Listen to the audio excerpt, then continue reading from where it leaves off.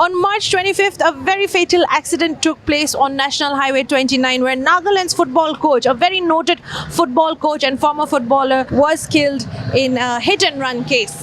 Now, in regard to this, the Dimapur Traffic Police swung into action and arrested one Nazarul Islam from Khatkati. Now, social media has been abuzz as to his statements that was given at Khatkati to media persons in Assam. Now, according to his statement, it seems that he has surrendered willingly. Only then he was handed over to the Dimapur police. And but then again, we also would like to question, according to the law, the new BNS law, the Bharatiya Nyaya Sanhita law, the BNS law about the hit and run accidents, that there is a stricter punishment now in place according to the BNS law, and as such is that a maximum sentence of 10 years in jail and a fine for drivers who flee the scene has been implemented as well. And then it also addresses, the BNS law also addresses the offense of leaving the accident scene without reporting it to authorities, making it a non-bailable offense. Now, in regard to this, many questions arises as well as to why he said that and if that is the truth. But then again, all evidence are with the Dimapur police and the investigation is still ongoing in regard to the death of N. William Koso. The question here is also, did the accused, Nazarul Islam, 34-year-old, originally from Moregaon, who was residing at Rangailong Colony in Burma camp of Dimapur, did he know about this law that if he does surrender himself, that his punishment will be reduced, in fact, and reporting the accident can lead to a lesser sentence, I should say, and then even accountability also, there is a law for it, that if he takes accountability, it demonstrates responsibility. It is what the BNS law says. But then again, we have also spoken to the police officials where we have reported on what the press release had said, the details of the accused and how he was arrested. But then again, we also came to know that the Muslim Council Dimapur was approached by the Dimapur Traffic Police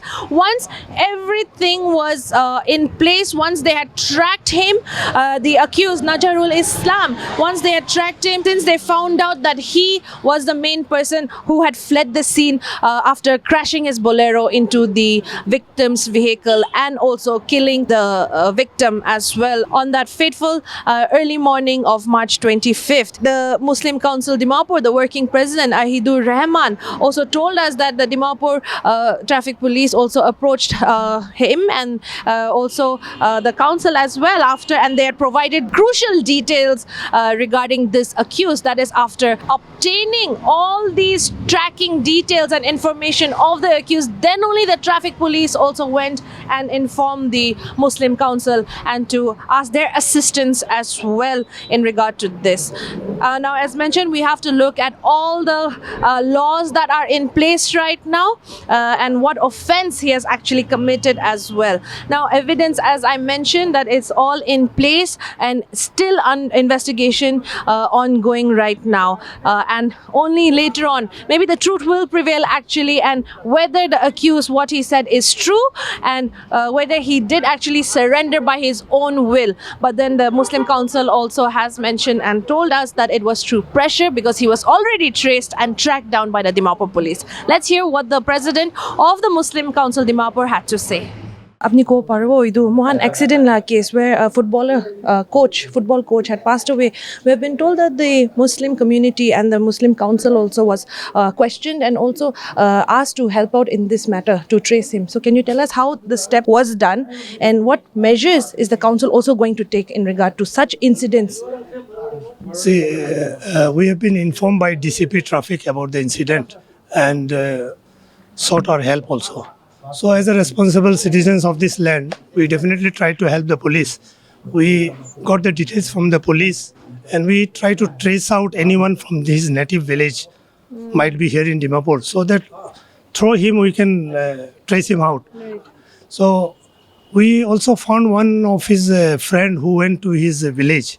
So we wanted to target him and we also inform our DCP that one person is there, but you should handle him properly, otherwise he will convey the message and that fellow will run away.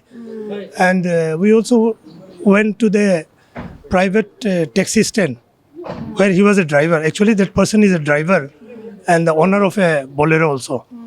So we talked to all the Muslim drivers out there, and we wanted them to cooperate with us so that we can see he is not a murderer actually. It was an accident. So, but since he ran away with his family from here, it became a big offense. So we told them, you people are his friends. Try to trace him out and tell him that he is not a murderer. He could come and surrender to the police, and the police will go as per the law. So by the time when we were trying to trace him out, next morning we received a call from our DCP that he has surrendered and they have caught him from Assam, Lau region. And I just want to tell that we, as a community-based organization, we also always try to help the local administration, police, local NGOs, because we also want to live with the Nagas with dignity and pride. And any person doing anything wrong, it reflects a bad image of the community. But I'm very grateful to our Dimapur police that they have caught the culprit in the right time. At the same time, I feel very bad about the loss of a valuable sportsman.